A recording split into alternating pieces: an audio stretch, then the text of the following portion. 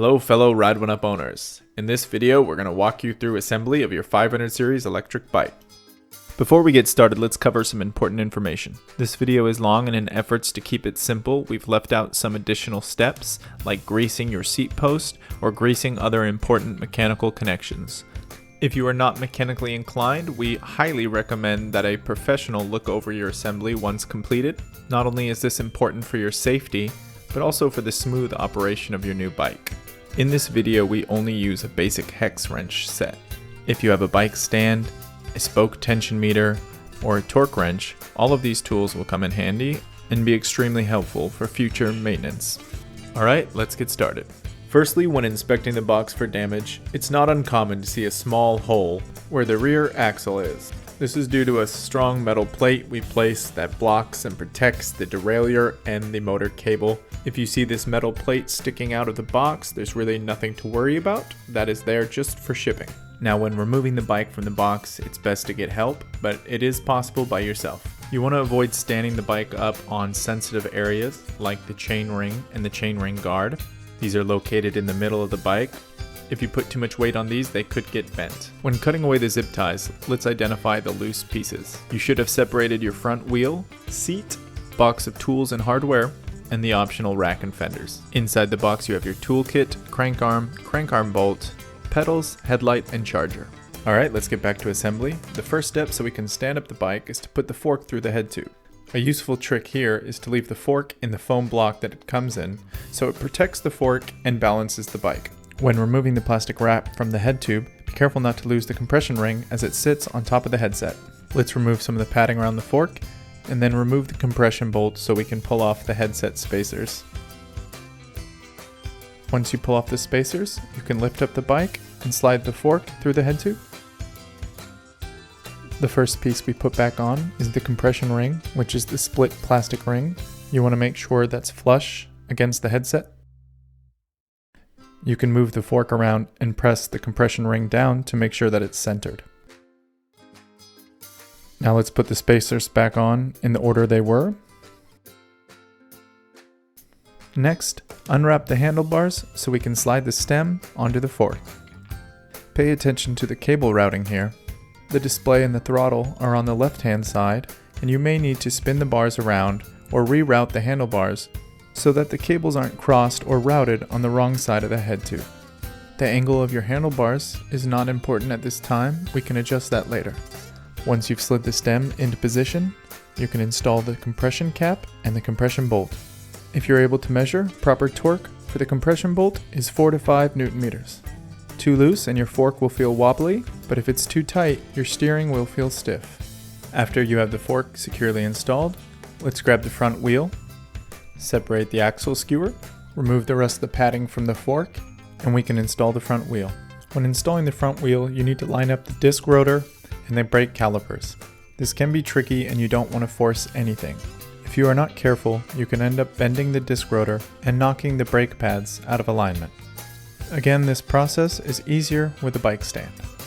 Once you've slid the front wheel axle into the dropouts of the fork, we can grab our axle skewer and install it through the axle. Take note of the cone-shaped springs. The narrow portion faces inward. Hand thread and hand tighten. You may need to adjust this later if the wheel isn't perfectly straight and your disc brake is rubbing on one side. You can look in line with the disc brake and look for daylight between the pads.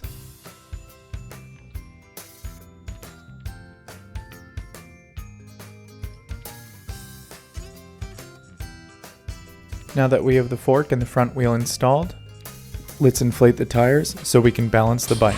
We'll need a regular Schrader valve bike pump. Now we can drop the kickstand and let the bike balance itself. At this time, I like to remove the rest of the padding, as we should no longer be scratching or dropping the frame. Moving to the rear axle, you can now remove the metal bracket which was protecting the motor cable and the derailleur during shipping.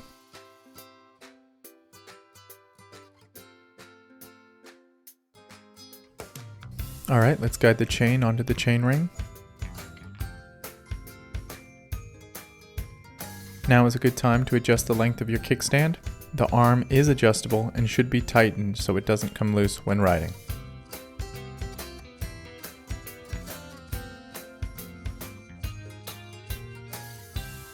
Let's move on to one of the most important steps when assembling, the left crank arm. You will need an 8mm hex wrench for this step. A torque wrench for this step is very helpful. If you don't have one, you want to ensure that you tighten the crank arm bolt as tight as possible by hand. You may need someone strong to help in this step, and if you're able to measure, you want to install it to 39 Nm of torque. If you don't tighten this enough, the crank arm will become damaged and warped around the bottom bracket and will ultimately need replacement.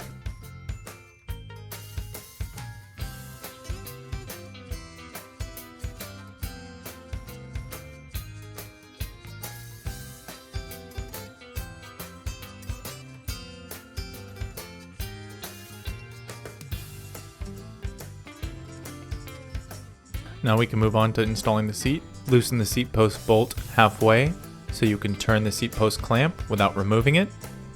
Slide the bars on each side and turn the clamp. The angle of the seat post is adjustable, and the bolt should be tightened to 17 Nm of torque. It is dangerous if left too loose, as the seat post bolt could snap.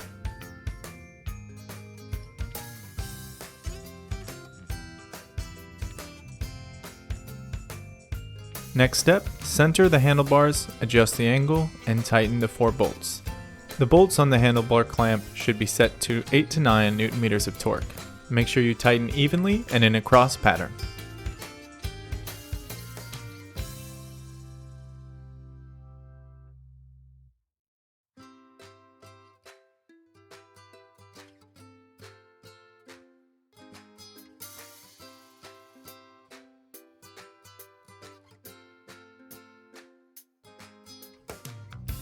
It's time to plug in the display, turn it on, test it, and change it to miles per hour if you wish.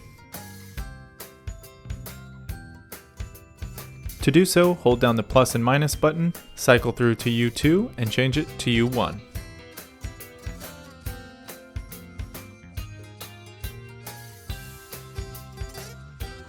Next step, the pedals. Take note, they're marked R and L for the right side and left side. The left side is cross-threaded, so it threads to the left. For both pedals, hand tighten first and only finish with a wrench.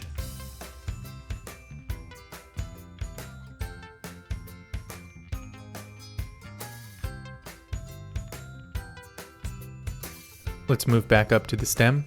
Now we can align the handlebars with the front wheel and tighten the stem. If you're measuring, the stem bolt should be tightened to 10 Nm of torque.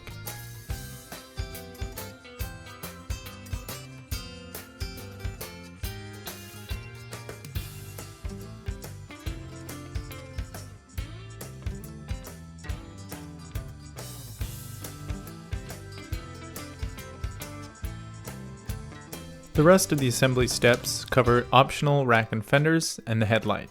The fenders slide on from the back. Grab the headlight bolt, slide it through the fork, through the headlight mount, and the fender bracket. Take note of the headlight bracket type. Some headlights need to be mounted in front of the fork. The fenders may take some time to adjust so that they're not rubbing on the wheel and they're not sticking too far out or too close to the wheel. The bracket tab is adjustable.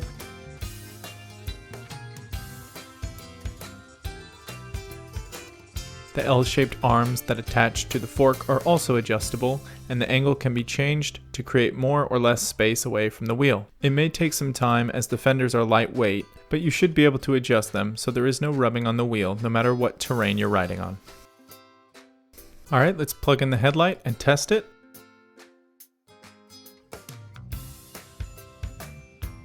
Hold the plus button for 2 seconds, and if that doesn't work, try reversing the wires and test again. Take note of the keys on the bike, you'll want to keep these safe. And let's move on to the optional installation of the rack. This is fairly self-explanatory. Loosen the bolts on the chainstay and install. Do not over tighten here, only 4 to 5 Nm of torque is needed. Now is a good time to test out the key and the removable battery. Turn the key to unlock and pull from the plastic handle. The button on the top of the battery is the battery power gauge and shows you your charge level anytime, whether on or off the bike. You'll notice this gauge is oftentimes more accurate than the display reading as it doesn't store the memory of a lower readout. Finally, let's remove the protective film from the screen on the display, and you're all set. Your new bike assembly is complete. Before calling it a day, let's check some of the important functionality of the bike. Now's a good time to check the gear indexing and make sure the speeds line up with the gears and that the derailleur hanger and the derailleur is not damaged.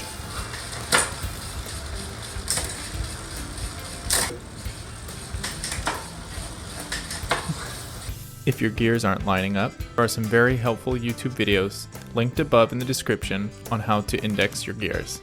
Finally, it's best to check your brakes to make sure that the discs aren't rubbing on the pads on either side.